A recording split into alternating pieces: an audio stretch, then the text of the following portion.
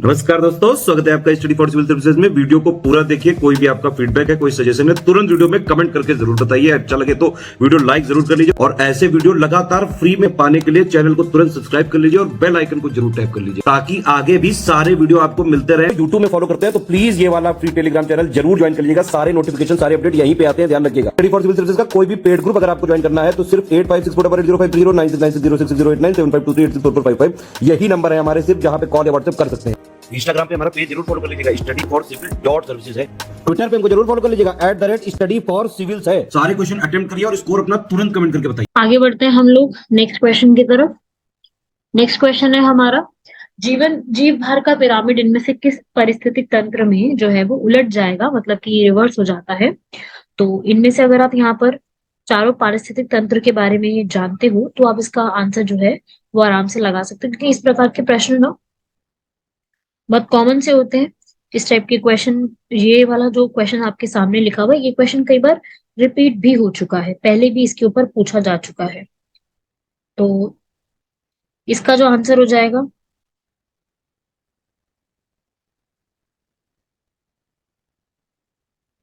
इसका आंसर क्या हो जाएगा? इसका आंसर हो जाएगा हमारा पॉन्ड, तालाब। अगले प्रश्न में बढ़ते हैं। किसी भी पारिस्थितिक तंत्र में अगर तत्वों का चक्रण होता है तो उसको क्या कहते हैं? कौन सी साइकिल बनती है? वो बायोजियोलॉजिकल साइकिल, जैव भू रासायनिक चक्र, बायोजियोकेमिकल साइकिल। अगला है यहाँ पर सीक्वेंस बताना आपको, बायोलॉजिकल सीक्वेंस का, जैविक अनुक्रमण का। तो इसमें आपको जो है देखना है कि क्या क्या सबसे पहले होता है। सबसे पहले नग्नीकरण, प्रवास, आस्थापन, प्रतिक्रिया, स्थिरीकरण, ये इसका आंसर हो जाएगा। अगले प्रश्न पे बढ़ते हैं। इकोलॉजी जो है वो एक तरीके से पारिस्थितिक स्थायी एक मितव्ययता है। ये किससे ने एक जो है बोला था, ये आंदोलन जो है वो किसने किया था? यहाँ पर वो किया था चिपको मूवमेंट के समय बोला गया था, जिसमें सुंदरलाल बहुगुणा भी इन्वॉल्व थे। अगला प्रश्न, चिपको मूवमेंट किससे जुड़ी हुई थी? हमारी प्लांट की से जुड़ी हुई थी, प्लांट कंजर्वेशन, पादप प्रदर्शन प्रदर्शन से जुड़ी हुई थी। अगला प्रश्न, अगर हमें इकोलॉजिकल फुटप्रिंट, पारिस्थितिक पदछाप को मेजर करना है तो हम कैसे मेजर कर सकते हैं? भूमंडलीय हेक्टेयर में, ग्लोबल हेक्टेयर से मेजर किया जा सकता है। अगला प्रश्न, एक मनुष्य के जीवन को पूर्ण रूप से धारणीय करने के लिए आवश्यक न्यूनतम भूमि को क्या कहते हैं? उसे हम क्या कहते हैं? इकोलॉजिकल फुटप्रिंट, पारिस्थितिक पदछाप। अगला प्रश्न, इनमें से कौन सा इको फ्रेंडली नहीं होता है? कौन से वृक्षों में से कौन पारिस्थितिक तंत्र का मित्र इसमें से नहीं है? तो वो कौन नहीं है? इसका आंसर क्या हो जाएगा? यूकेलिप्टस। मतलब कि एनवायरनमेंट के लिए वो अच्छा नहीं है, हार्मफुल है। ऐसे ही अगला भी है यहाँ पर, इनमें से कौन सा वृक्ष पारिस्थितिक के संकट के लिए माना जाता है? वो है यूकेलिप्टस, डी इसका आंसर हो जाएगा। अगला, दो भिन्न समुदायों के बीच संक्रांति का क्षेत्र क्या कहलाता है? उसे कहते हैं इकोटोन। जब एक क्षेत्र से आप दूसरे क्षेत्र में प्रवेश करते हो तो उसको ट्रांजिशन जो होता है, शिफ्ट होता है, उसको हम इकोटोन के नाम से जानते हैं। अगला प्रश्न, इनमें से सबसे ज्यादा पारिस्थितिक तंत्र स्टेबल कौन सा है? वो है ओशन, ये हम पहले भी कर चुके हैं। अगले प्रश्न पे बढ़ते हैं। डीप इकोलॉजी पहली बार जो है, गहन पारिस्थितिक जो है शब्द किसने पहली बार यूज किया था? अर्नीज नेस ने पहली बार इस शब्द को इस्तेमाल किया था। अगला, पारिस्थितिक निकेत, इकोलॉजिकल नीश जो है शब्द पहली बार किसने इस्तेमाल किया था? ग्रीनेल ने इस शब्द को इस्तेमाल किया था। अगला, इनमें से कौन सा जल निकाय में घनत्व प्रवणता को दर्शाता है? घनत्व को यहाँ पर दर्शाने वाला पिक्नोक्लाइन जो है उसको कहा जाता है कि भाई किसी में कितनी डेंसिटी है उसको। हेलोकाइन जो है वो साइलिनिटी को, लवणता को दर्शाता है। थर्मोक्लाइन उसकी ये बताता है कि वो कितना ज्यादा गर्म है, हॉटनेस बताता है। अगला, बायोडायवर्सिटी क्या मतलब है इसमें? बायोडायवर्सिटी का मतलब होता है कि हर प्रकार की जो प्रजातियां, विभिन्न प्रकार की प्रजातियां किसी भी पर्यावरण में किस प्रकार से रहती है। अगला, बायोडायवर्सिटी का इनमें से क्या मतलब होता है? वही सेम चीज अगले सवाल में पूछी गई कि किस प्रकार से एक निर्धारित क्षेत्र में विभिन्न प्रकार के जो फ्लोरा एंड फौना है वो किस प्रकार से रहती है।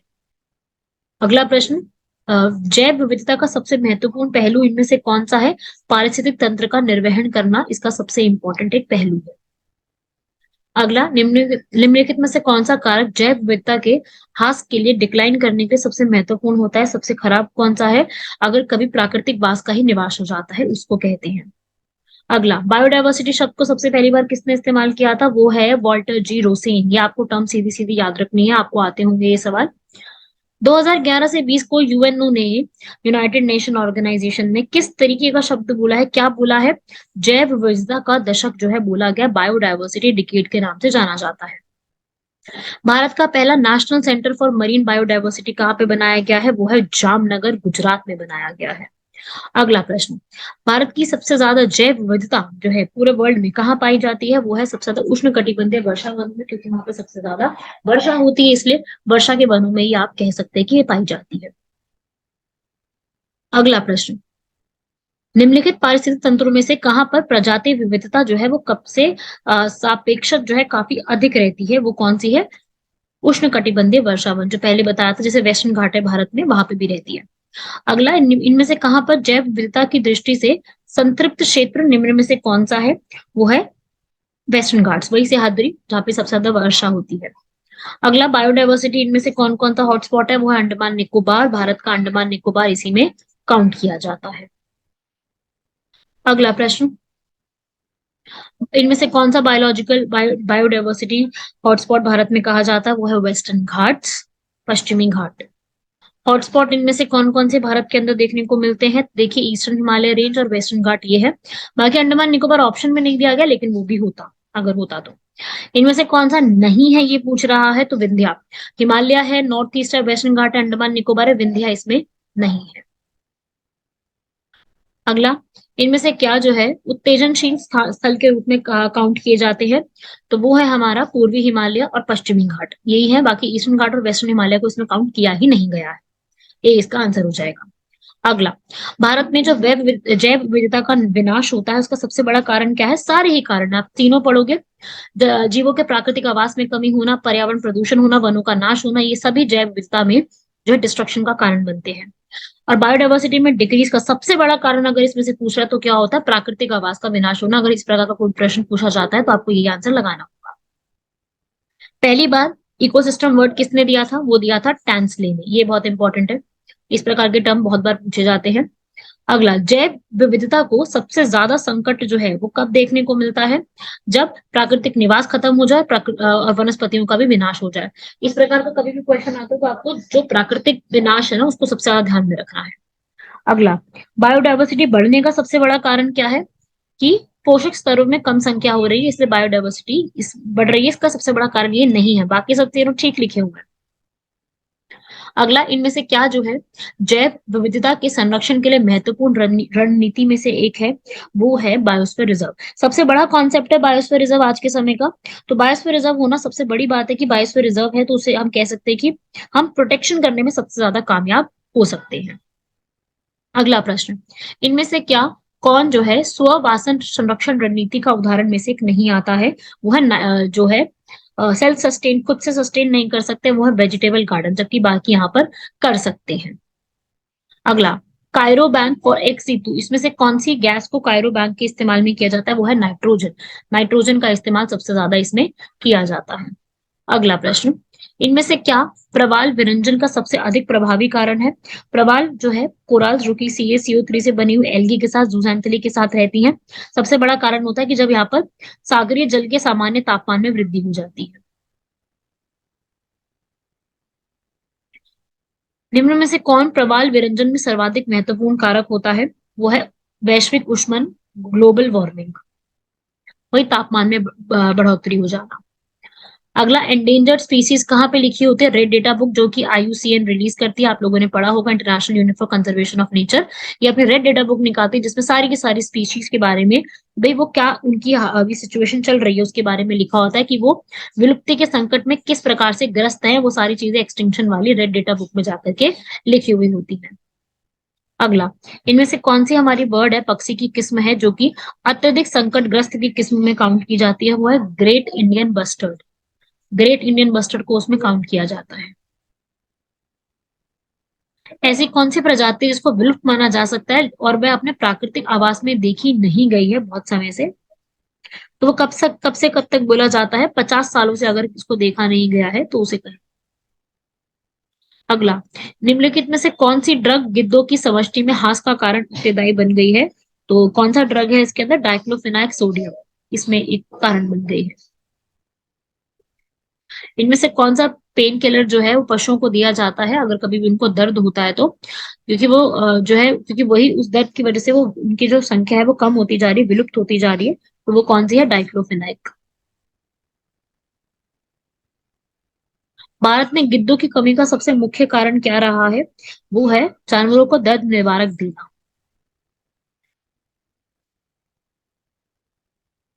रामसर कन्वेंशन किससे जुड़ी हुई थी? वेटलैंड से जुड़ी हुई थी। सभी लोग इस चीज को जानते हैं, बहुत इंपॉर्टेंट है ये, हमने पहले भी डिस्कस किया हुआ है। अब हम आगे बढ़ रहे हैं फटाफट से। वेटलैंड डे 2 फरवरी को मनाया जाता है। 1971 को शुरू हुआ था। अगला, इनमें से किसके पास रामसर का स्टेटस दिया हुआ है? चिल्का लेक के पास है। चारों के ही पास है। चिल्का लेक उड़ीसा, लोकटक लेक मणिपुर में है, केवलादियो राजस्थान में है, और वुलार लेक जम्मू कश्मीर में है। तो इसका आंसर क्या हो जाएगा? ऑल। सब में ही यहाँ पर आपको रामसर स्टेटस दिया गया है। अगला, इनमें से कौन से को यहाँ पर रामसर स्टेटस दिया गया है? देखिए, इसमें तो ये दोनों को ही मिल गया है, आज के समय में दोनों के पास है। उस समय जब एग्जाम में क्वेश्चन आया था तब सिर्फ सी के पास था, पर आज के समय में भोज वेटलैंड में भी दिया हुआ है, मध्य प्रदेश में। अगला, इनमें से एक पारिस्थितिक तंत्र के रूप में आर्द्र भूमि निम्नलिखित में से किसके हेतु उपयोगी है? यहाँ पर सबके लिए आप पढ़िए, इसमें पोषक तत्व के लिए, और कभी भी कोई हैवी मेटल होता है, सॉल्ट में तलछट रोक कर के लिए, तो सारी चीजें इसमें इंक्लूड हैं।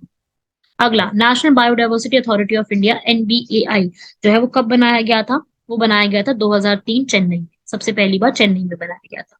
अगला प्रश्न, भारत में जो है वो यहाँ पर सी बकथम का काफी सारा बड़ा पोटेंशियल है। ये सी बकथम जो प्लांट है ये सबसे ज्यादा कहाँ पाया जाता है? सी बकथम प्लांट सबसे ज्यादा जो है वो लद्दाख में आपको देखने को मिलेगा। जब चंगेज खान भी भारत आए थे वो भी इसी को बहुत ज्यादा इस्तेमाल करते थे। तो ये वाला जो आपको प्लांट है ये लद्दाख में सबसे ज्यादा देखने को मिलेगा। अगला, अगला प्रश्न कह रहा है कि किस पर्यावरण में जैव द्रव्यमान का वार्षिक उत्पादक न्यूनतम होता है? वो है डीप सी, गहरे सागर।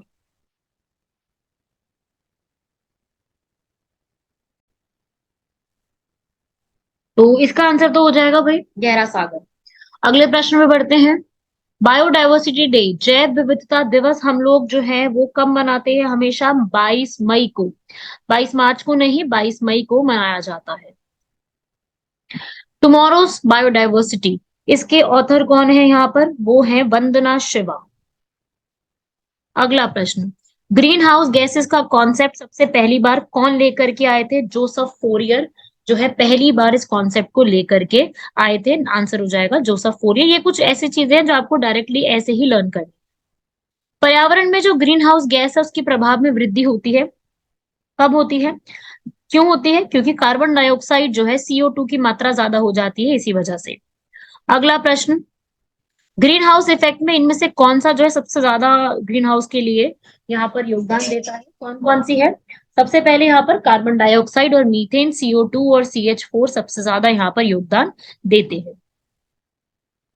अगला प्रश्न, इनमें से कौन ग्रीन हाउस गैस पे सबसे ज्यादा इंपैक्ट डालती है? वो है वाटर वेपर। ठीक है, नेचुरल तरीके से कौन सी नेचुरल गैस सबसे ज्यादा इंपैक्ट डालती है? वो है वाटर वेपर, जल वाष्प। अगला, इनमें से कौन ग्लोबल वार्मिंग के लिए रिस्पॉन्सिबल है? नहीं है तो मीथेन भी है, वाटर वेपर भी है, CO2 भी है, आर्गन नहीं है केवल। अगला, ग्रीन हाउस इफेक्ट होता क्या है? इसमें क्या होता है, जब पूरा वैश्विक ताप में बहुत ज्यादा अमाउंट में वृद्धि हो जाती है, उसे हम यहाँ पे क्या कहते हैं? ग्रीन हाउस इफेक्ट का बढ़ जाना, जिसको कंट्रोल करने के लिए आज के समय में बहुत ज्यादा इनिशिएटिव्स भी चल रहे हैं, जिसको कंट्रोल करने के लिए बहुत सारी नई नई चीजों को लेकर के आया जा रहा है कि किसी तरीके से हम वार्षिक जो पूरा टेम्परेचर उसको कंट्रोल में कर सके। अगला, इनमें से क्या ग्लोबल वार्मिंग के लिए यहाँ पर कंट्रीब्यूट नहीं करती है? वो है सल्फर और नाइट्रोजन के ऑक्साइड्स। सल्फर और नाइट्रोजन इसमें किसी भी प्रकार से कंट्रीब्यूट नहीं करते। बाकी methane, carbon dioxide, water vapour, ये तो सबसे ज्यादा जो है अमाउंट में कंट्रीब्यूट करते हैं। अगला, इनमें से क्या ग्रीन हाउस गैस में से नहीं आती है? सारी आती है, जो आप देखो पढ़ो, इसमें से नाम पढ़ोगे तो इसमें से अगर आप देखो तो ऑलमोस्ट सारी आती है, लेकिन हाँ, कार्बन डाइऑक्साइड, मीथेन बिल्कुल आते हैं। Sulphur dioxide, all of the above नहीं हो जाएगा, सल्फर डाइऑक्साइड इसका आंसर हो जाएगा।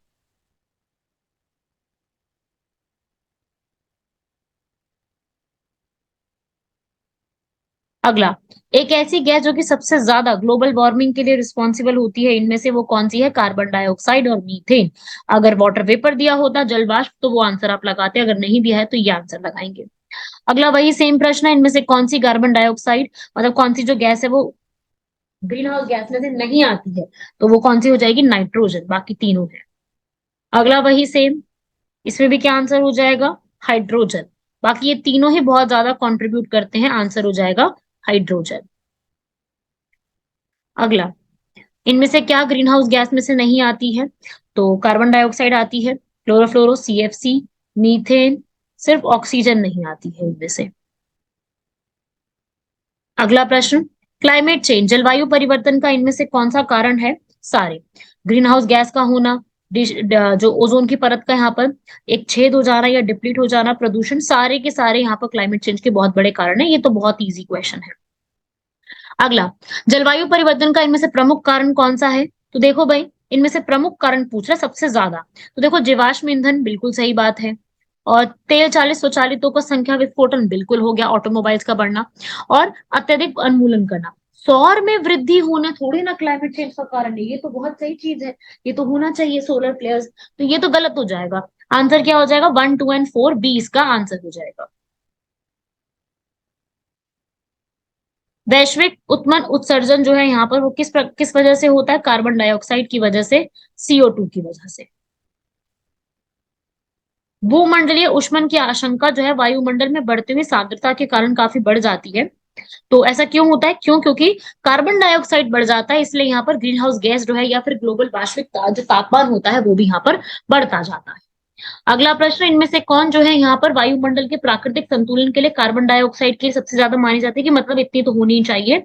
तो वो है 0.03, ताकि सही तरीके से एटमॉस्फेयर में बैलेंस बना रहे। इससे ज्यादा होगी तो वो ग्रीन हाउस गैस में कंट्रीब्यूट करती है। इनमें से कहाँ से किसमें जो है किसकी वजह से मीथेन जो है वो हमें प्रॉब्लम क्रिएट करती है? इनमें से किसकी वजह से? वो है यहाँ पर धान खेतों से और दीमक दोनों से, यहाँ पर, ठीक है ना? क्योंकि और ऑप्शन में कुछ है ही नहीं यहाँ पर, तो यही आंसर होगा इसका। अगला, भूमंडलीय उष्णता के परिणाम स्वरूप होता क्या है कि हिम नदी जो है, ग्लेशियर्स, वो धीरे धीरे पिघलने लगते हैं। और मैंगोस का जो है समय से पूर्व आम आम में बोर होने लगती है, स्वास्थ्य पर कुप्रभाव पड़ता है।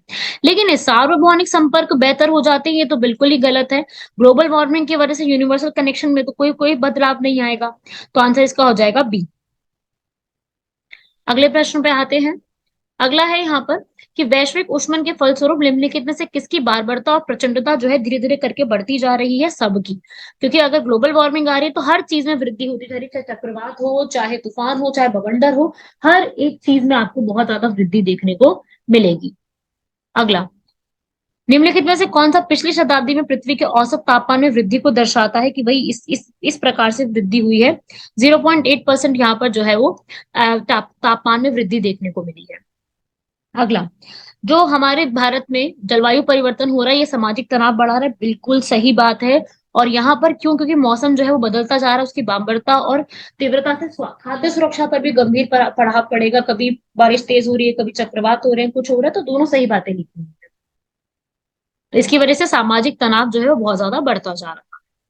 अगला, इनमें से कौन सा जलवायु परिवर्तन के खगोलीय सिद्धांतों से संबंधित एक भी चीज नहीं लिखी हुई है? तो वो है सौर करणित ऊर्जा। ये गलत है, बाकी यहाँ पर तीनों जो है वो बिल्कुल ठीक लिखे हुए, आप पढ़ोगे। इनमें से किसने ये चीज बताई थी कि जो अर्थ का यहाँ पर धुरी पर अवस्था बदलना जो हो रहा है वो जलवायु परिवर्तन का भी एक कारण बन सकता है? वो बताया यहाँ पर मुलेटन मिलानकोविच ने। ये थ्योरी बताई थी कि जैसे अर्थ अपने एक्सिस पे घूमती है, वो भी एक क्लाइमेट चेंज का काफी बड़ा कारण है। अगला, इनमें से क्या कायरोजाइनिक जो है संकेतक हमारे उसमें है, कायरोजाइनिक की तरह काम करता है? वो है हिमकोर। बाकी सब जो है वो इसमें नेचुरल फोर्सेस के तरीके से काम करते हैं। यूएन की कन्वेंशन ऑन UNFCCC की जो कन्वेंशन है वो कब यहाँ पर लाई गई थी? वो 21 मार्च 1994 में पहली बार उसको लाया गया था। COP21, धीरे धीरे करके सारे COPs भी आपको लर्न करने, ये पहले पूछा गया था, पेरिस में हुआ था। अभी हाल फिलहाल के जो COPs हैं वो आप लोगों को पूरी तरीके से लर्न करके जाने हैं। जो जो हाल फिलहाल के COP होंगे जो आपको अभी रिसेंट हुए हैं वो पढ़ के जाना, जैसे COP 27 हुआ, COP 28 होगा। तो इस प्रकार से जितने भी COP यहाँ पर हुए हैं वो आपको सारे के सारे धीरे धीरे करके पढ़ते जाने हैं। ठीक है भाई। अभी COP 27 हुआ है, वो कहाँ पर हुआ है?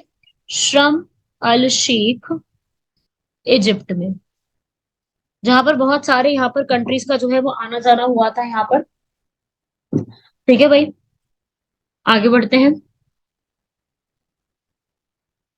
इनमें से ग्रीन क्लाइमेट फंड से इनमें से क्या चीज जुड़ी हुई नहीं है?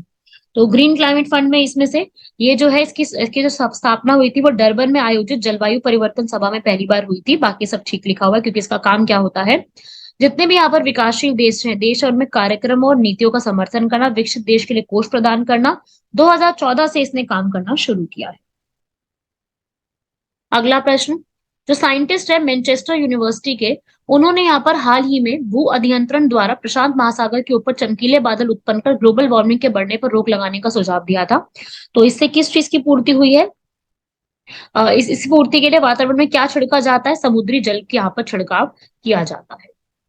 क्योटो प्रोटोकॉल, क्योटो प्रोटोकॉल बहुत ही ज्यादा फेमस है, ये क्लाइमेट चेंज से जुड़ा हुआ है। क्योटो प्रोटोकॉल पे कई बार पहले भी सवाल आ चुके हैं। तो कब हुआ था, कौन से समय में हुआ था, ये पूछा जाता है। तो क्योटो प्रोटोकॉल कब हुआ था? 11 दिसंबर 1997 को ये हुआ था, जिसमें ग्रीन हाउस गैसेस जितनी भी हैं, ग्लोबल वार्मिंग, सबको चीजों को लेकर के बात की गई थी। और ये इस हुआ तो इस दिन को था, लेकिन इसको इफेक्ट में कब लाया गया था? इफेक्ट वाली डेट भी पूछ सकता है। तो वो है 16 फरवरी 2005 में। क्योटो कहाँ पे है? जापान पे। इंडिया का पहला नेशनल एक्शन प्लान 2008 में हुआ था। इसके अंदर 8 प्लान्स और आते हैं। वो 8 प्लान्स आपको पढ़ने हैं, वो आपकी जिम्मेदारी है कि उन 8 प्लान्स को आप स्टडी करें। अगला, वही आगे 8 मिशन में से पूछ रहा है कि इनमें से कौन सा प्लान जो है वो 8 मिशन में से एक का पार्ट नहीं है। तो इसमें से न्यूक्लियर पावर नहीं है, बाकी सोलर पावर, सौर शक्ति, नाभिकीय शक्ति, अपशिष्ट से ऊर्जा परिवर्तन करना, ये सब उन्हीं 8 प्लान में से एक प्लान है। अगला, इनमें से कौन सी कंट्री जो है विश्व के तापमानों पर आंकड़े इकट्ठा करने के लिए वैश्विक वायुमंडल चौकसी स्टेशन यहाँ पे स्थापित नहीं किया गया है? तो वो है इंडिया में। बाकी सब जगह पे स्थापना की गई है कि भाई एक चौकसी स्टेशन बनाना चाहिए, ताकि हम वर्ल्ड लेवल पे सारा डेटा इकट्ठा कर सकें। अगला, वर्ल्ड का पहले क्लाइमेट कॉन्फ्रेंस, सही लिखा है, फर्स्ट समिट में एजेंडा 21 अपनाया गया था। इसके बाद अर्थ समिट 1992 में हुआ। तो Rio+5 किसको कहेंगे? 1997। कार्बन ट्रेड मॉन्ट्रियल प्रोटोकॉल में नहीं हुई थी, तो वही इसका आंसर होगा, बाकी सारे इसमें सही लिखे हुए हैं। अगला, सूर्य के प्रकाश से पराबैंगनी विकिरण अभिकरण अभिक्रिया निम्न में से क्या पैदा करती है यहाँ पर? तो वो ओजोन को पैदा करती है। ठीक है, अल्ट्रावायलेट रेडिएशन जो है, रिएक्शन आता है सनलाइट से, वो क्या पैदा करती है? Ozone, O3। वायुमंडल में उपस्थित ओजोन द्वारा निम्नलिखित विकिरण अवशोषित क्या किया जाता है? इसमें से अल्ट्रावायलेट पराबैंगनी जो रेज होती है उनको हमें, जो सन से आती है, वो हमें प्रोटेक्शन प्रोवाइड करती है। कौन? ओजोन, उसी से हमें बचाती है। ओजोन जो है इनमें से क्या किसको बचाती है? वही सेम क्वेश्चन अगले से फिर से आ गया, अल्ट्रावायलेट रेज। अगला, आपको इसको मैच करना है, इनमें से कौन सा सही मैच नहीं है। तो ओजोन लेयर यहाँ पर गलत है, ट्रोपोस्फेयर में नहीं मिलती, स्ट्राटोस्फेयर में आपको मिलेगी। Stratosphere is the correct answer.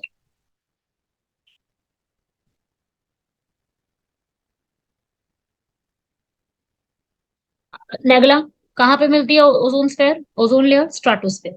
जो इजी इजी चीजें हैं उनको मैं फटाफट आगे बढ़ा रही हूँ, क्योंकि उनपे बिल्कुल भी टाइम वेस्ट करने की जरूरत नहीं है। आगे फटाफट बढ़ते जाइए, आपके पास बहुत सारे वीडियोस है कवर करने के लिए। इकोनॉमिक्स है, साइंस है, ज्योग्राफी है, हिस्ट्री है, बहुत सारा पढ़ना है, तो इसके जल्दी जल्दी आगे फटाफट देखते जाइए। अगला प्रश्न, ओजोन इनमें से सर्वाधिक कहाँ पे देखने को मिलती है? वही सेम स्ट्राटोस्फेयर में सबसे ज्यादा देखने को मिलेगी। अगला प्रश्न, स्ट्राटोस्फेयर में लेवल जो होता है ओजोन का, वो यहाँ पर बना के कौन रखता है? कौन विनियमित करता है या फिर बना के कौन रखता है? वो नाइट्रोजन डाइऑक्साइड, NO2 यहाँ पर उसको रेगुलेट करके रखती है। अगला, अगला आप इसको मैच करिए इसके बाद फिर से। कार्बन डाइऑक्साइड, यहाँ पे पूछ रहा है आपसे कि इसमें से कौन सा सही मैच नहीं है। Carbon dioxide thermal power station, ठीक है चलो। नाइट्रस ऑक्साइड एक ये जलमार्ग खान में होता है। सल्फर डाइऑक्साइड ईंट के भट्टे हो गए।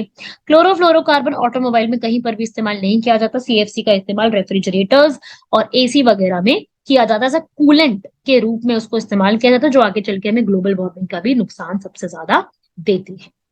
अगला, इनमें से कौन सी गैसेस ओजोन लेयर को डिप्लीट करने में सबसे ज्यादा योगदान देती है? वही क्लोरोफ्लोरोकार्बन जो अभी बताया था ना मैंने आपको, वही क्लोरोफ्लोरोकार्बन सबसे ज्यादा नुकसान देती है हमारे एटमॉस्फेयर को भी। अगला प्रश्न, इनमें से कौन यहाँ पर रिस्पॉन्सिबल नहीं है? ठीक है, नहीं पूछ रहा है अब इसके बाद। तो ये तो है रेफ्रिजरेटर, हेलॉन भी है, नाइट्रस ऑक्साइड भी है। मिथाइल क्लोरोफॉर्म को अगर आप इस्तेमाल करते हो तो वो एक कारण नहीं बनता है, बाकी जितने भी सारे यहाँ पे लिखे हुए हैं ये सारे कहीं ना कहीं कारण बनते हैं।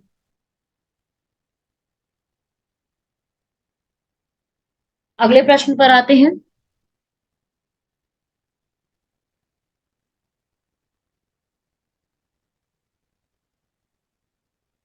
अगला प्रश्न है यहाँ पर कि इनमें से कौन जो है वही ओजोन में जो है पॉल्यूशन का ट्रोपोस्फेयर में एक कारण नहीं बनता है? तो वो है कार्बन मोनोऑक्साइड, बाकी सब है।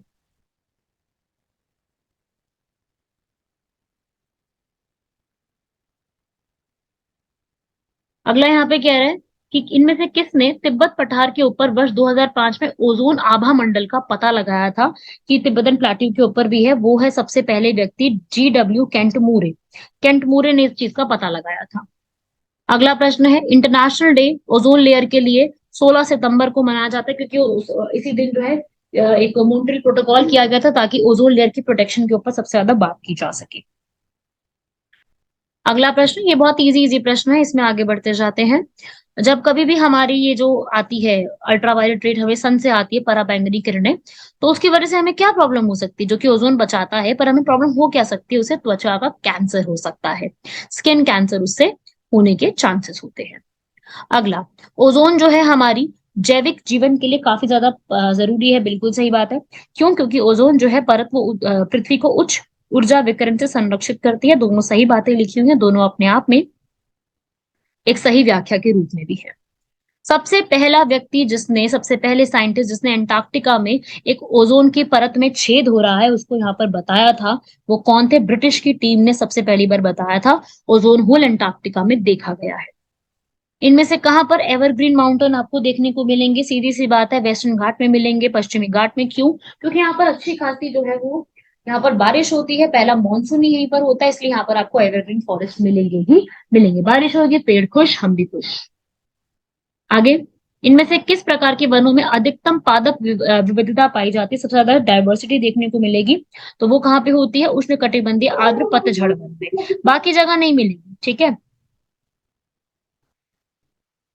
अगला, यहाँ पर वही सेम पूछ रहा है, कहाँ पे सबसे ज्यादा जो है आपको देखने को मिलेगी? ट्रॉपिकल वेट फॉरेस्ट में। अगले में, कहाँ पर सबसे ज्यादा ऑर्गेनिक मैटर, जैविक पदार्थ सबसे ज्यादा आपको देखने को मिलेगा? ट्रॉपिकल रेन फॉरेस्ट में, उष्णकटिबंधीय वर्षावन में जैविक पदार्थ आपको मैक्सिमम देखने को मिलेगा। कहाँ पर आपको मैंग्रोव, ये तो देखो मुझे लगता सबको ही आता होगा, ये तो मैं ना भी बताऊं तो भी चल जाएगा, सुंदरबन इसका आंसर है। भारत में यहाँ पर जो वेस्ट बंगाल का रीजन है सुंदरबन, वहां पर ये पूरा सब कुछ देखने को आपको मिलेगा। इनमें से क्या जो है मैंग्रोव प्रोटेक्टेड एरिया है? तो इनमें से कौन सा एरिया है वो? गोवा। ईस्टर्न घाट्स भी कुछ जगह पे है, वैसे ईस्टर्न घाट में बहुत कम है, लेकिन गोवा जो है पूरी तरीके से मैंग्रोव से घिरा हुआ, रत्नागिरी इसके ऊपर है। अगला, इनमें से कौन से महाद्वीप में जो उष्णकटिबंधीय पर्णपाती वन होते हैं वो सबसे ज्यादा देखने को मिलेंगे? कौन से में मिलेंगे? एशिया में, क्योंकि एशिया में हर प्रकार की वेजिटेशन जो है आपको देखने को मिलेगी, तो उष्णकटिबंधीय जो है ना वो भी आपको सबसे ज्यादा एशिया में ही मिलेंगे। अगला प्रश्न यहाँ पर आपको मैच करना है कि कहाँ पे क्या क्या चीज बनी हुई है। तो देखो भाई, ट्रॉपिकल उष्णकटिबंधीय जो वन होते हैं सबसे ज्यादा वो आपको कहाँ पे देखने को मिलेंगे? साइलेंट वैली, केरल के अंदर। शंकु जो होंगे वो आपको कहाँ पे मिलेंगे? हिमाचल में, कॉनिफेरस जिनकी शंकु जैसी, मतलब कि जिनकी कोल जैसी बनी हुई होगी। कच्छ वनस्पति जो है वो कहाँ पे देखने को मिलेंगे? वो आपको कच्छ वाले जो है वो राजस्थान के इलाके में, और पतझड़ वन आपको सुंदरबन पे देखने को मिलेंगे। ठीक है भाई, आगे बढ़ते हैं इसके बाद। ओडिशा जो है वो सबसे ज्यादा यहाँ पर भारत में जहाँ पे सबसे ज्यादा चक्रवात आते हैं, ये वो जगह है, बिल्कुल सही बात है। क्यों? क्योंकि वहां पर बहुत ज्यादा मैंग्रोव्स भी हैं, जिनको यहाँ पर महानदी के डेल्टा में यहाँ पर निवृत्तीकरण उनका हुआ है, उनको डिफॉरेस्टेड कर दिया गया है। सही बात है, इसीलिए तो, क्योंकि मैंग्रोव प्रोटेक्शन देते हैं। इसलिए सरकार मैंग्रोव को बचाने के लिए बहुत नए नए स्टेप्स भी ले रही है। तो वो उसी वजह से यहाँ पर मैंग्रोव की प्रोटेक्शन करने के लिए ही यहाँ पर ये सारी चीजें की जा रही है कि मैंग्रोव को प्रोटेक्शन यहाँ पे मिलनी चाहिए। अगला प्रश्न है भिट्रकनिका मैंग्रोव, जो ये भी उड़ीसा के ही है भिट्रकनिका। तो ये पूछ रहा है कि भाई ये कहाँ पर है? वेस्ट बंगाल में? गलत। ये वामसाधारा सुरवाना रिवर, गलत। महानदी, महानदी की वजह से बनते हैं भिट्रकनिका मैंग्रोव, तो ये बिल्कुल गलत लिखा हुआ है, ये उड़ीसा में बनते हैं। तो डी आंसर हो जाएगा। अगला, फॉरेस्ट जो है वो नवीकरणीय संसाधन है, दोबारा से उत्पन्न हो सकते हैं, सही बात है। और ये हमारे पूरे पर्यावरण की गुणवत्ता को बहुत बढ़ा देते हैं, सही बात है। लेकिन आपस में मेल नहीं खा रही है बातें, बात दोनों सही लिखी हुई है, इसलिए इसका आंसर क्या हो जाएगा? बी, कि बातें दोनों सही है लेकिन एक दूसरे की व्याख्या के रूप में जो है ना ये गलत दिया गया है। अगला प्रश्न, कोई भी प्राकृतिक संसाधन वो संसाधन होता है जो किसी भी क्षेत्र में स्थित है और भविष्य में भी इसको प्रयोग किया जा सकता है, और किसी वास्तविक संसाधन का विकास प्रौद्योगिकी और उत्पादन लागत पर ही निर्भर होता है। दोनों सही बातें लिखी, लेकिन आपस में मेल नहीं खा रही है बातें, लिखी दोनों सही हुई है। समझते हो ना इस चीज को कि क्या लिखा सही हुआ और क्या इसका मीनिंग होना चाहिए। अगला, एल्यूमिनियम जो है वो एक तरीके से ग्रीन मेटल होता है, वह लकड़ी के स्थान लेकर वनों को बचाता है या बचाती है। तो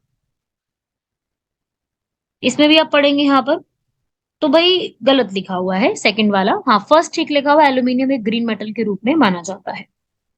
अगला, भारत में वन क्षेत्र का ह्रास जो है वो भारत के जनसांख्यिकीय संक्रमण से प्रतिशत संबंधित रहा है, हाँ ठीक बात लिखी हुई है। और वन क्षेत्र और जनसंख्या वृद्धि में प्राय नकारात्मक संबंध जो है वो देखने को मिलते हैं। तो दोनों बातें अपने आप में सब कुछ सही लिखी हुई हैं। भारत में फॉरेस्ट को जो वन ह्रास हो जाता है, फॉरेस्ट का डिग्रेडेशन होता है, उसका सबसे बड़ा कारण क्या है इनमें से? अगर आप पढ़ो तो इनमें से सबसे बड़ा कारण है औद्योगिक विकास। इसी की वजह से तो हमें वनों को कटाई करनी पड़ जाती है और वहां पर कोई ना कोई इंडस्ट्री है, स्टील प्लांट लग रहा है, पावर प्लांट लग रहा है, कोल माइनिंग लग रही है, तो बहुत सारी चीजें ऐसी बनाई जाती है वहां पर। अगला प्रश्न, इनमें से क्या जो है यहाँ पर वृक्षारोपण में विशिष्टता रखता है? सबसे ज्यादा वृक्षारोपण में यहाँ पर जो सबसे ज्यादा वृक्षारोपण करते हैं वो जगह का नाम क्या है? वलपाराई। देखो ऐसे तो हरियाली करके और ऐसे बहुत सारे मिशन चल रहे हैं, लेकिन जो वलपाराई जगह है, वलपाराई भारत की ये जो एक तरीके से तमिलनाडु में एक छोटी सी जगह है, एक गांव है कह लो या फिर एक हिल स्टेशन कह लो, तो ये बहुत ज्यादा यहाँ पर वृक्षारोपण में विश्वास रखती है। अगला, अगर हमें पर्यावरण में संतुलन बनाए रखना है तो हमें वनों का क्षेत्र जो है कब से कम 33% रखना ही पड़ेगा। अभी हमारा 25% से भी कम है, लेकिन हम चाहते हैं यहाँ पर कि आने वाले समय में 33% से ज्यादा हमारा वनों का क्षेत्र हो जाए। अकॉर्डिंग टू नेशनल वन नीति 1952, इनमें से कौन सा वन का संवर्ग में नहीं आता है? तो कौन सा नहीं आता है इनमें से? वो आता है नेशनल पार्क, ठीक है। उस समय नेशनल पार्क नहीं था, नेशनल पार्क 1972 के वाइल्ड लाइफ प्रोटेक्शन एक्ट के तहत, वन्य जीव अभ्यारण्य अधिनियम के तहत इसको लेकर के आया गया था बाद में। अगला, जो नेशनल फॉरेस्ट पॉलिसी है वो क्या कहता है कि कितना लगभग एरिया होना चाहिए? 1/3 एरिया कम से कम फॉरेस्ट क्या होगा, तभी जाके इकोलॉजिकल बैलेंस जो है वो आपको एक जगह पे देखने को मिल सकता है कि कम से कम इतना तो होना ही चाहिए, ठीक है। आगे बढ़ते हैं। ट्री कवर जो है वो वृक्षों के अंदर जो एक क्षेत्र होता है वो सबसे ज्यादा कहाँ पर है? पूर्वी दक्कन के इलाके में आपको सबसे ज्यादा देखने को मिलेगा। डेंस फॉरेस्ट और टोटल जोग्राफिकल एरिया उसके हिसाब से, ये उस समय के हिसाब से मैं आंसर बता रही हूँ, 12% है, पर अब जो है फॉरेस्ट रिपोर्ट के हिसाब से कुछ फैक्ट्स अलग हो गए हैं। भारत का सबसे सेकंड लार्जेस्ट मैंग्रोव एरिया कहाँ पे आपको देखने को मिलेगा? गुजरात में। पहला तो देखो हो ही गया हमारा सुंदरबन से, उसके बाद दूसरे नंबर पे गुजरात, उसके बाद फिर आंध्र प्रदेश, ठीक है। टॉप 3 भी आपको पता है, उतना भी बहुत है। भारत की सबसे लार्जेस्ट फिश जो है वो कौन सी है? Whale shark, whale shark. अगला, पगमार्क पदचिन्ह जो है एक टेक्निक होती है जिससे आप क्या पता लगाते हो कि भाई वन जितने भी उसमें वनों के अंदर वन्य जंतु रहते हैं उनकी जनसंख्या का आकलन करने के लिए पगमार्क, भाई उसकी कितने कितने पदचिन्ह है उसके हिसाब से यहाँ पे वाइल्ड लाइफ को चेक किया जाता है, पॉपुलेशन चेक की जाती है। अपना वन अपना धन स्कीम कौन लेके आया था? हिमाचल प्रदेश यहाँ पे लेके आया था। अगला प्रश्न, वाइल्ड लाइफ प्रोटेक्शन एक्ट जो है, वन्यजीव सुरक्षा अधिनियम जो है 1972 में पास किया गया था, जिस टाइम पीरियड में 5 जून 1972 को स्टॉकहोम स्वीडन में कॉन्फ्रेंस होती है, उसी वर्ष सितंबर में पार्लियामेंट हमारी इसको पास कर देती है, ताकि भारत में भी वन्य जीव को बचाने के लिए नए नए स्टेप लिए जा सके, जिसमें राष्ट्रीय उद्यान, वन्य जीव अभयारण्य का बनाना, ये सारी चीजें जो है बनाने की यहाँ पर भी भारत में भी कोशिश की जाती है कि भाई हम ये सारी चीजें भी भारत में बनाने वाले हैं। तो वो भी इसी समय जो है वो किया गया था 1972 में। और इसी के बाद प्रोजेक्ट टाइगर को शुरू किया गया था 1973 में, जिसको अब 50 साल पूरे हो चुके हैं। तो हाई चांस है कि आपके एग्जाम में इससे कोई ना कोई सवाल बनेगा।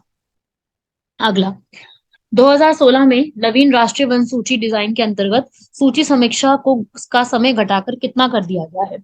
तो इसमें जो है समय घटा करके 5 वर्षों को कर दिया गया है।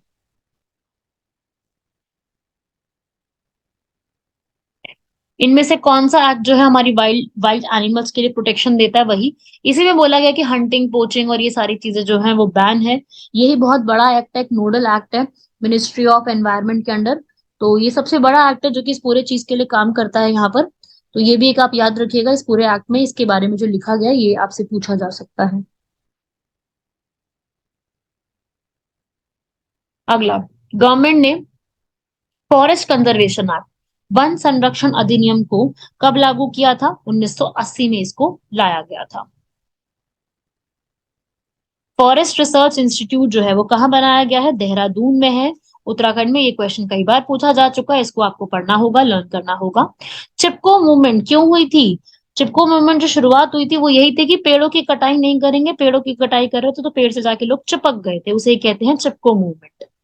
अगला, राजीव गांधी वन्यजीव संरक्षण पुरस्कार जो है वो किसके लिए दिया जाता है? सभी चीज के लिए। अगर आपने वन्यजीव का संरक्षित किया, वन और वन्यजीव के अधिकारियों को और शैक्षिक और शोध संस्थानों को भी दिया जाता है, ताकि आप वाइल्ड लाइफ को ज्यादा से ज्यादा प्रोटेक्ट कर सके। अगला, national bureau of plant genetic जो है ये कहाँ पे स्थित है? दिल्ली के अंदर बना हुआ है। यहाँ पर वर्ल्ड वाइल्ड लाइफ फंड में अगर आपने कभी लोगो देखा हो तो उसमें कौन सा एनिमल है? उसमें एक पांडा की पिक्चर जो है वो बनी हुई है। आप सभी को मैं कहूंगी कि अभी वीडियो को पॉज करके एक बार सभी लोग गूगल पे जा करके वर्ल्ड वाइल्ड लाइफ फंड जो है ना उसकी एक पिक्चर देखो, द इमेजेस देखो, तो उसमें आपको दिख जाएगा एक पांडा जो है WWF की फॉर्म में, एक पांडा उसके अंदर जो है वो बना हुआ है। तो वो अपने आप में काफी इंपॉर्टेंट है।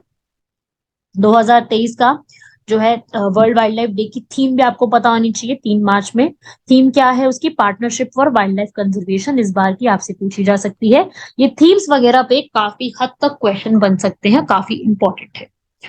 अगला, इनमें से कौन से देशों में कुल भौगोलिक क्षेत्रफल के 70% भाग पर वन बनाए रखने का संवैधानिक प्रावधान है? ये बहुत जरूरी है, भूटान है, क्योंकि भूटान को आप सभी लोग जानते हैं कितनी इंपॉर्टेंट कंट्री है। ये क्वेश्चन ज्योग्राफी की वीडियो में भी आया था, तो मैंने ज्योग्राफी की वीडियो में भी इस पूरे को एक्सप्लेन करा है और वहां पे मैंने समझा दिया है कि क्या इसका मीनिंग और क्या ये इंपॉर्टेंस रखता है। तो वो मैंने आपको वहां पर पूरा बता दिया है। मेरी आपसे यही गुजारिश रहेगी सबसे कि एक बार जाकर के उसको देख लीजिएगा, एक बार सुन लीजिएगा उस पूरे को। ठीक है भाई? तो एक बार आप उसको देख लीजिएगा, आपको भी लर्न हो जाएगा उसके अंदर पूरा का पूरा सारा कुछ इंपॉर्टेंट है इसके अंदर, ये सारी चीजें।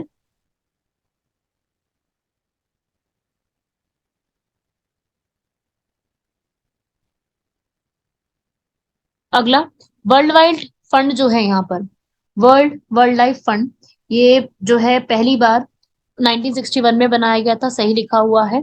इन्होंने जो है डेथ के बारे में भी बताया था।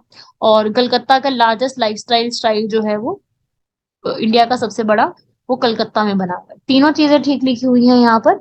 लेकिन जो तीसरा यहाँ पर कि यूकलिप्टस ट्री को इकोलॉजिकल फ्रेंड के रूप में जाना जाता है, कि भाई इकोलॉजिकल यहाँ पर वो फ्रेंड है। तो इकोलॉजिकल फ्रेंड यहाँ पर यूकलिप्टस को नहीं कहा जाता है। ठीक है भाई, इसको भी आप याद रखिएगा।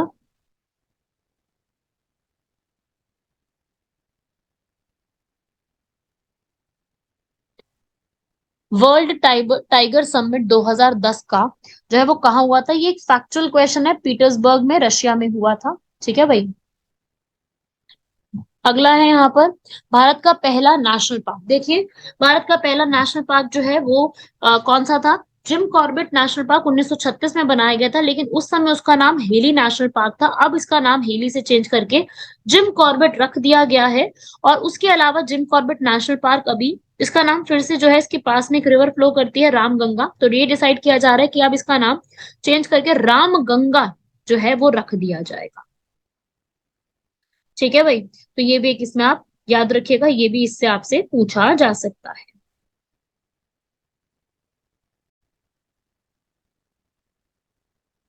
ठीक है भाई, तो इसको भी आप याद रखिएगा, ये भी आपसे सीधा जो है वो पूछा जा सकता है, इससे एग्जाम में बन सकता है क्वेश्चन।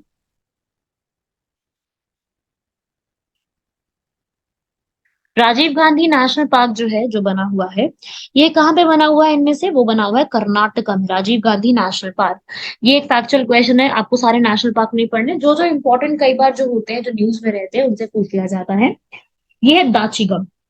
दाचीगम नेशनल पार्क कहाँ पे बना हुआ है? जम्मू कश्मीर में है, जो कि हंगुल और कश्मीरी स्टार्क के लिए बहुत ज्यादा फेमस है, तो इसको भी एक याद रखिएगा।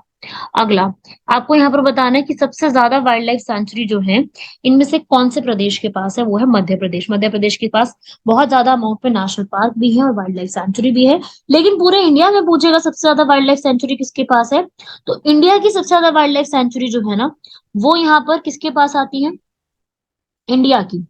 इंडिया की यहाँ पर वाइल्ड लाइफ सेंचुरी सबसे ज्यादा आती है अंडमान निकोबार के पास। ठीक है, तो इस प्रकार से आपको एक छोटा सा ये फैक्ट है वो याद रखना। लेकिन हाँ, इन चारों में से पूछेगा तब आपका आंसर मध्य प्रदेश हो जाएगा। इस बार इस प्रकार के सवाल आपको पता है कि कॉमन है, कई बार पूछ लिए जाते हैं, तो इस तरीके की चीजें जो है बिल्कुल दिमाग में रखिएगा।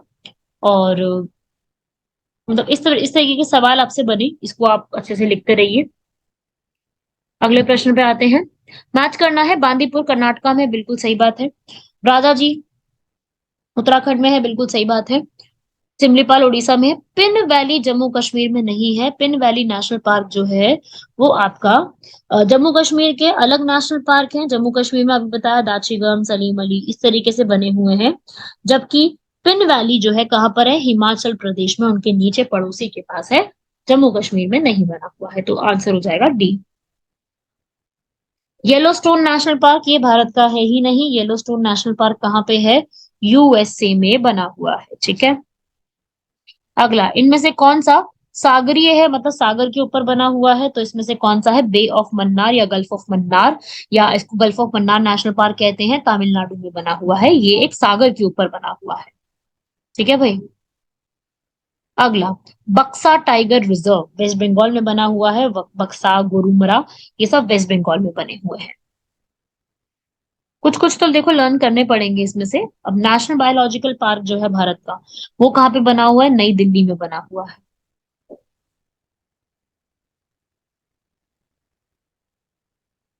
अगला, बांदीपुर कर्नाटका में है, मानस असम में है, पेरियार केरल में है, सिमलीपाल मध्य प्रदेश में नहीं है, सिमलीपाल उड़ीसा में है। मैंने आपको ये ज्योग्राफी की वीडियो में भी थोड़ा सा बताया है इसके बारे में, अभी फिर से मैं बता रही हूँ।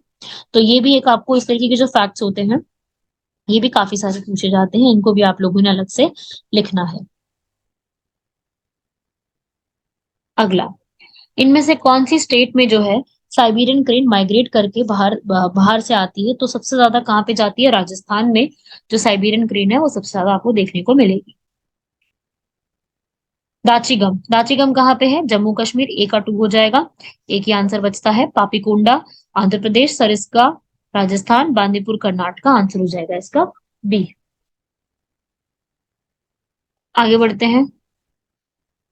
आपको ये बताना है कि पहले कौन सा बनाएगा और बाद में कौन सा बनाएगा, उस हिसाब से आपको इसको पूरे को अरेंज करना है। तो देखो भाई, इसमें सबसे पहले जिम कॉर्बेट है, 2 सबसे पहले आ जाएगा, आंसर डी हो जाएगा। सबसे पहले 2 बनाया गया है, फिर कान्हा मध्य प्रदेश का बनाया गया है, फिर काजीरंगा आसाम का बनाया गया, और इनमें से सबसे लेटेस्ट जो है वो केरल का है। तो इसका आंसर हो जाएगा 2 4 3 1। इस प्रकार से इसका आप इसको अरेंजमेंट कर सकते हो।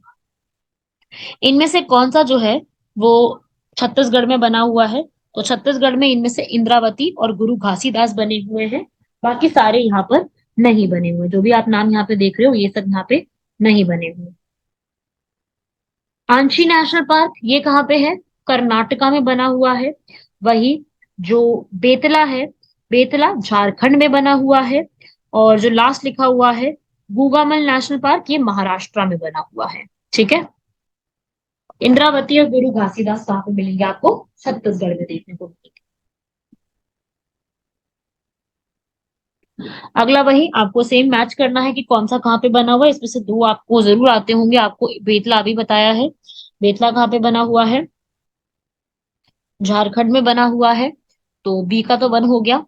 तो सी ही आंसर बचता है इसका। इंटांकी नागालैंड में बना हुआ है, सिरोही यहाँ पर मणिपुर में, गूंदे यहाँ पर, गुंदई या गूंदे यहाँ पर, गुंडे मत पढ़ना, तमिलनाडु में है। तो सी आंसर हो जाएगा। आपको सारे 105 से ज्यादा नेशनल पार्क है।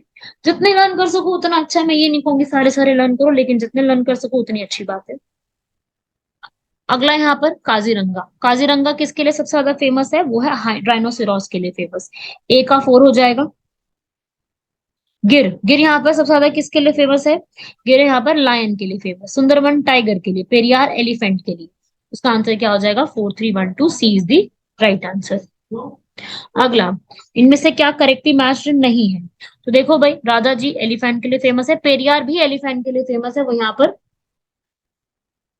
मानस एलिफेंट के लिए है, दुधवा यहाँ पर टाइगर के लिए। ठीक है भाई। तो इसमें से बी जो है वो गलत लिखा हुआ है। बी भी यहाँ पर, हंगुल जो है ना वो दाचीगम फेमस है उसके लिए, जो जम्मू कश्मीर वाला है। ठीक है भाई, आगे बढ़ते हैं। नीलगिरी की जो मेघ बकरियां हैं वो इनमें से कहाँ पे आपको देखने को मिलेंगी? वो आपको मिलेंगी इराविकुलम नेशनल पार्क, केरल के अंदर। सबसे ज्यादा वहीं पर ही मिलती है नीलगिरी। अगला, इनमें से किस देश में उसके कुल क्षेत्रफल का 30% से अधिक जो है वो केवल और केवल राष्ट्रीय पार्क ही बने हुए, नेशनल पार्क बने हुए? कौन से देश की? भूटान। ऐसा कोई भी क्वेश्चन आता है, खुश कौन सा है, कार्बन नेगेटिव कौन सा है, ये सब इस प्रकार की चीजें आती हैं, तो आपका आंसर भूटान रहेगा। ये मैंने आपको ज्योग्राफी की वीडियो में भी बताया। तो आप लोगों ने ज्योग्राफी की अगर वीडियो सुन ली है, जो कि अब तक अपलोड हो चुकी है, तो अगर आपने सुन लिया तो आप इसका आंसर आराम से लगा सकते हैं। तो आपको कोई समस्या नहीं आएगी इसके अंदर। ठीक है भाई। तो इस प्रकार से आपको ये चीजें याद करती जानी, जितना जितना आपको बताया जा रहा है आपको धीरे धीरे करके यहाँ पर जो है वो लर्न कर सकते हैं। अगला प्रश्न, इनमें से कौन ऐसा है जो कि यूनेस्को की जो बायोस्फीयर रिजर्व की लिस्ट है उसमें शामिल नहीं है? तो यूनेस्को की बायोस्फीयर रिजर्व में से इनमें से रन ऑफ कच्छ को शामिल नहीं किया गया। आप लोगों को जो है ये वाला भी पढ़ के जाना है कि यूनेस्को की तरफ से जो बायोस्फीयर रिजर्व का नेटवर्क है, ठीक है, तो यूनेस्को के बायोस्फीयर रिजर्व भी बने हुए हैं। आप लोगों को इंडिया वो भी पढ़ के जाने हैं, बहुत सारे हैं पूरे वर्ल्ड में। तो आप सीधा सीधा यहाँ पर इंडिया में जितने हैं ना, आप उसको अच्छे से पढ़ के जाइएगा। ठीक है, टोटल 18 है, उसमें से 12 को यूनेस्को ने रिकॉग्नाइज किया हुआ है। तो मेरा आपसे यही कहना है कि जो ये 12 होने वाले हैं ना, इनको आप पढ़ के जाइएगा। मैं आपको 12 बता देती हूँ कौन कौन से हैं। सबसे पहला है नीलगिरी, सबसे पहला नीलगिरी ही आया था। अगला है गल्फ ऑफ मन्नार, फिर है सुंदरबंस, फिर है नंदा देवी, फिर है नोकरेक, फिर है पंचमरही,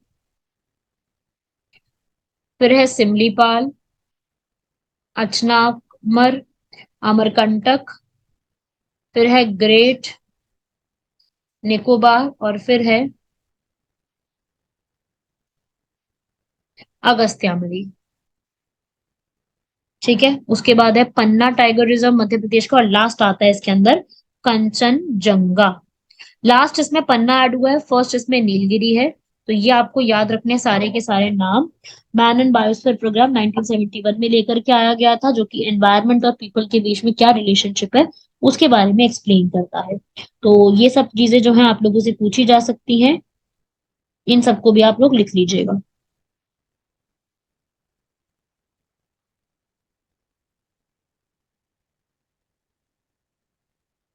अगला प्रश्न, इनमें से किसको वर्ल्ड हेरिटेज साइट का भी दर्जा मिला हुआ है? तो इनमें से अगर आप पढ़ेंगे तो नंदा देवी बायोस्फीयर रिजर्व जो है उत्तराखंड का, उसको इस चीज का दर्जा मिला हुआ है। अगला, आप मैच करिए इसको, किस किसने ये टर्म पहली बार दी थी? तो बायोस्फीयर रिजर्व एडवर्ड सुइज ने दी थी, ठीक लिखा हुआ है। बाकी सारे यहाँ पर गलत लिखे हुए हैं। अगला, कब कब किसको बनाया गया? नीलगिरी 1986 में बनाया हुआ है। तो ए का आंसर 4 हो जाएगा, आंसर इसका बच गया है यही। और बी का आंसर हो जाएगा 1988, सी का हो जाएगा। ठीक है भाई, इसको आप लर्न कर लीजिएगा कब कब किसको बायोस्फीयर रिजर्व के रूप में डिक्लेयर किया गया है। अगला, वही आपको मैच करना है कहाँ कहाँ पे बने हुए हैं। तो अगस्त्य मरे केरल में है, डी का 1 हो जाएगा। डी का 1, डी ऑप्शन ही है सिर्फ, और कोई ऑप्शन ही नहीं है उससे जुड़ा हुआ। और नोकरेक कहाँ पे बना हुआ है? मेघालय में। मानस कहाँ बना है? आसाम में। दिहांग दिबांग बना हुआ है अरुणाचल प्रदेश में। नाम सबने सुने ही होंगे ये वाले। अगला है यहाँ पर आपको इनमें से पूछ रहा है कौन सा गलत मैच्ड है। तो देखो फर्स्ट ही है, मानस जो है वो असम में बना हुआ है, मेघालय के अंदर नोकरेक है, बाकी सारे आप देखो सही मैच किए हुए हैं। अगला मैच करो सब नेशनल पार्क को। सिमलीपाल कहाँ पे है? उड़ीसा में। ए का 4 हो जाएगा। दिहांग दिबांग अरुणाचल, नोकरेक मेघालय, कोल्ड डेजर्ट हिमाचल। ठीक है, तो मैच करोगे आप, इसका आंसर बन जाएगा आपका डी वाला। ठीक है। अगला, इनमें से कौन सा बायोस्फीयर रिजर्व है जो कि गारो हिल्स पे भरा हुआ है? तो गारो खासी जयंतिया है कहाँ पर? मेघालय में। तो इनमें से इन चारों में से एक ही मेघालय में लाई करता है, वो है नोकरेक, क्योंकि ये केरला के अंदर है, ये अरुणाचल प्रदेश में, और ये उत्तराखंड में है। अगला, इनमें से कौन सा ऐसा है जो कि सबसे बड़ा बायोस्फीयर रिजर्व है, जो कि यूएन ने भी, मतलब यूनेस्को ने भी सर्टिफाई किया हुआ है? कौन सा है वो? Gulf of Mannar. सबसे बड़ा इनमें से कौन सा है? Gulf of Mannar. सबसे पहला कौन सा है? वो है नीलगिरी। लेकिन सबसे बड़ा कौन सा है? वो है गल्फ ऑफ मन्नार या बे ऑफ मन्नार। 16 बायोस्फीयर रिजर्व जो कि कोल्ड डेजर्ट में बना हुआ है। कोल्ड डेजर्ट वो है कहाँ पर? कोल्ड डेजर्ट कहाँ पर है? हिमाचल प्रदेश में बना हुआ है। इसमें कौन सा सही है? असम गलत लिखा हुआ है, ये उड़ीसा में है। ये ठीक लिखा हुआ है, ये अरुणाचल प्रदेश में है, ये केरल में है। तो इस हिसाब से आपका आंसर बी हो जाएगा, जो कि सही मैच्ड है। वाइल्ड एस सेंचुरी जो है यहाँ पर, जंगली गधों का अभयारण्य, वो कहाँ पे बना हुआ है? वो है गुजरात में। अगला प्रश्न, काजीरंगा हम किसके लिए जानते हैं? काजीरंगा हम लोग सभी जानते हैं वन हॉर्न राइनोसेरोस, गेंडे के लिए, एक सींग वाले गेंडे के लिए, सबसे ज्यादा उसी के लिए जाना जाता है। अगला प्रश्न, इनमें से कहाँ पे क्या क्या देखने को मिलेगा? सरिस्का आप लोगों को पता है राजस्थान में होता है, डी का आंसर 4 हो जाएगा यहाँ पर। और नाम दाफा इसमें से मैच करो तो हॉट वाटर सबसे ज्यादा कहाँ पे मिलेगा? असम में। नाम दाफा एक नेशनल पार्क भी है जो कि आपको अरुणाचल प्रदेश में मिल जाएगा। पखाल आपको यहाँ पर सेंचुरी जो है वो आंध्र प्रदेश में मिल जाएगी। तो डी आंसर हो जाएगा इसका। अगला प्रश्न देखेंगे, दाचिगम जम्मू कश्मीर में, क्योलादियो यहाँ पर, कान्हा इधर। ठीक है, बिल्कुल सही मैच्ड है, बी आंसर हो जाएगा। आमने सामने बिल्कुल सही लिखे हुए हैं सारे। इस प्रकार के सवाल वन ऑफ द फेवरेट सवाल है, और कई बार इनका आंसर जो है वो आमने सामने ही मैच्ड होता है। अगला, शुक्ल फांता जो वाइल्ड लाइफ सेंचुरी, ये भारत की वाइल्ड लाइफ सेंचुरी है ही नहीं, ये नेपाल में बनी हुई है, इंडिया के काफी क्लोज है, इसलिए पूछ लिया गया। International tiger day, tigers day हम लोग कब मनाते हैं? हम लोग 29 जुलाई को मनाते हैं। टाइगर जो है, प्रोजेक्ट टाइगर बनाया गया था, उसका हमें क्यों क्यों बनाया गया था वो प्रोजेक्ट टाइगर, जो कि 1 अप्रैल 1973 में शुरू किया गया था? उसका था कि भारतीय के बाघ को समाप्त होने से बचाना है, टू सेव इंडियन टाइगर, जो कि अपने आप में बिल्कुल सही बात है। इसमें काफी सारे जो है स्टार्ट किए गए थे। या आगे आपका क्वेश्चन 1973, जिसको अभी 2023 में पूरे 50 वर्ष कंप्लीट हो चुके हैं, ये आपसे पूछा जा सकता है, क्योंकि अब इसको 50 वर्ष कंप्लीट हुए हैं, तो ये इंपॉर्टेंट बन जाएगा। आगे बढ़ते हैं इसके बाद अगले प्रश्न पे देखेंगे।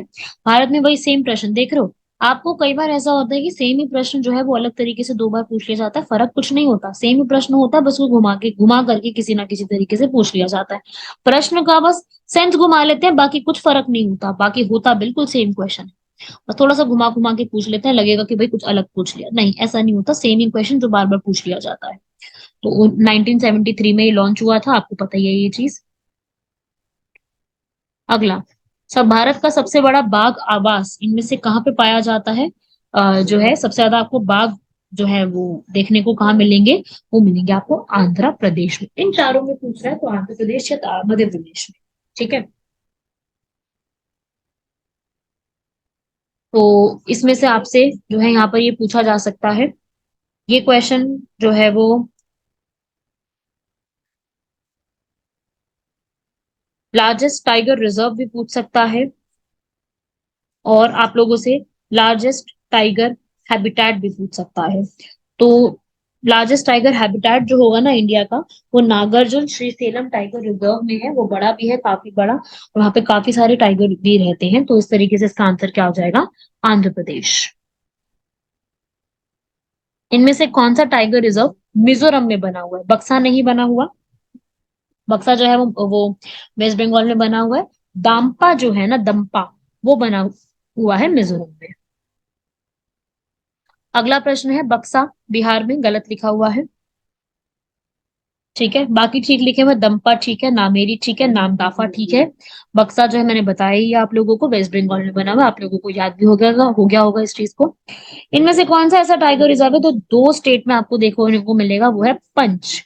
ठीक है, ये आपको मध्य प्रदेश और छत्तीसगढ़ दोनों में आपको देखने को मिलेगा। अगला, सरिस्का।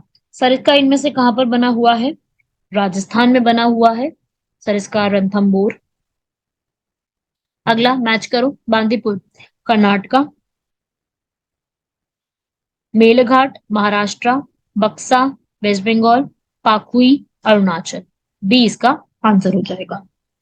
वही है सबके टाइगर रिजर्व के नाम। अब टाइगर रिजर्व पे क्वेश्चन आएंगे। अब थोड़ा एलिफेंट रिजर्व से पूछे जाएंगे। एलिफेंट रिजर्व हम लोगों ने कब स्टार्ट किया? 1992 में इसकी सर्विसेज जो है पूरी तरीके से शुरू की गई है। और प्रोजेक्ट एलिफेंट जो है वो आपको पता होना चाहिए, हमारी एनवायरमेंट मिनिस्ट्री ने शुरू किया था ताकि हम एशियन एलिफेंट्स को यहाँ पर बचा सकें, एलिफेंट्स को, और एनिमल और मैन के जितने भी कॉन्फ्लिक्ट्स होते हैं उनको भी यहाँ पर हम लोग बचा सके। अगला, फाइव सीजन्स गार्डन जो है इनमें से कहां पर बना हुआ है? फाइव सीजन गार्डन मेहरौली के पास बना हुआ, दिल्ली में। Corbett national park Ramgangapur. ठीक है, ये प्रश्न जो है वो बहुत इंपॉर्टेंट है। कॉर्बेट नेशनल पार्क का नाम जो है वो चेंज करने की भी बात है, इसीलिए क्योंकि देखो कॉर्बेट नेशनल पार्क जो है वो बनाया गया था, वो जो भी एक जिम कॉर्बेट एक व्यक्ति का नाम था, उनके एफर्ट से वहां पे काफी प्रोटेक्शन, और वो एक एनवायरमेंटलिस्ट थे, इसलिए वहां पे जिम कॉर्बेट उसका नाम रखा गया था। बाकी अब इसका नाम जो है वो Ramganga river, Ramganga national park भी हो सकता है आगे आने वाले समय में। अगला प्रश्न देखेंगे, चिनार की जो वाइल्ड लाइफ सेंचुरी है वो कहाँ पे बनी हुई है? वो बनी हुई है केरल के अंदर। चिनार वाइल्ड लाइफ सेंचुरी केरल में, आप लोगों को लगेगा शायद ये जो है जम्मू कश्मीर में होनी चाहिए, क्योंकि चिनार लिखा हुआ है। तो इस तरीके से आपको पता होनी चाहिए, इसे चिनार जो है वो वाइल्ड लाइफ सेंचुरी कहते हैं। तो ये केरल के अंदर बनी हुई है, मुन्नार जो है केरल वहां पे बनी हुई है ये। अगला यहाँ पे देखेंगे, जो तमिलनाडु की बर्ड सेंचुरी है इनमें से वो कौन सी है? करिकली जो है तमिलनाडु की एक बर्ड सेंचुरी का नाम है। वर्ल्ड का सबसे बड़ा वानस्पतिक उद्यान, बोटानिकल गार्डन जो है वर्ल्ड का सबसे बड़ा, वो कहाँ पे सिचुएटेड है? वर्ल्ड का सबसे बड़ा बोटानिकल गार्डन इनमें से आपको क्यू इंग्लैंड में देखने को मिलेगा। अगला, sustainable energy decade for all. Sustainable energy जो है वो होनी चाहिए, ये सबसे बड़ा किसका स्टार्ट किया गया है? यूएन द्वारा इस पूरे पर्सपेक्टिव को स्टार्ट किया गया है। सस्टेनेबल एनर्जी, सबके लिए समझ ऊर्जा जो है वो उसकी पहल कब की गई थी भाई, और क्यों की गई थी, वो आपको पता होना चाहिए कि भाई सबको जो है इतना अधिकार होना चाहिए कि हर व्यक्ति यहाँ पर अपने सारी चीजों को बचा करके रख सके, और आगे आने वाली जनरेशन के लिए भी यहाँ पर कुछ ना कुछ बचा के रखे। अगले प्रश्न पे बढ़ते हैं। इनमें से क्या जो है वो धारणीय विकास के दृष्टिकोण से विद्युत उत्पाद का सबसे अच्छा स्रोत हमारे लिए बन सकता है? कौन सी चीज? हाइड्रो पावर, जल विद्युत इसका सबसे बड़ा स्रोत हो सकता है। इनमें से कौन सी ऊर्जा जैविक मात्रा में सर्वाधिक उपयोग की जाती है? कौन सी ऊर्जा का इस्तेमाल किया जाता है? वो है सोलर एनर्जी, क्योंकि वही सबसे बड़ी जैविक स्रोत का एक बड़ा काम जो है वो प्ले करती है।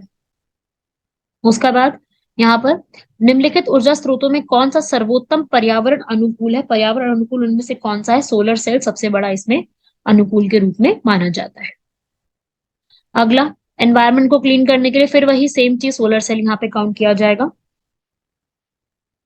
अगला, इनमें से कौन सा एनर्जी सोर्स जो है वो हमारे लिए एनवायरमेंटल पॉल्यूशन, एनवायरमेंट का पॉल्यूशन लेकर के नहीं आता? Solar energy. तभी तो यहाँ पर अब सोलर पावर्स लगाने के लिए और सभी इन चीजों के लिए बहुत ज्यादा प्रोत्साहित किया जा रहा है, क्योंकि सोलर पावर और सोलर एनर्जी हमारे लिए सबसे बड़ा महत्वपूर्ण जो है वो हमारे लिए बन सकती है, और ये सबसे ज्यादा इंपॉर्टेंट है, यहाँ पर आपको लर्न करना ये जरूरी है, क्योंकि सोलर एनर्जी हमारे लिए सबसे बड़ा एक महत्वपूर्ण स्रोत के रूप में काम करती है।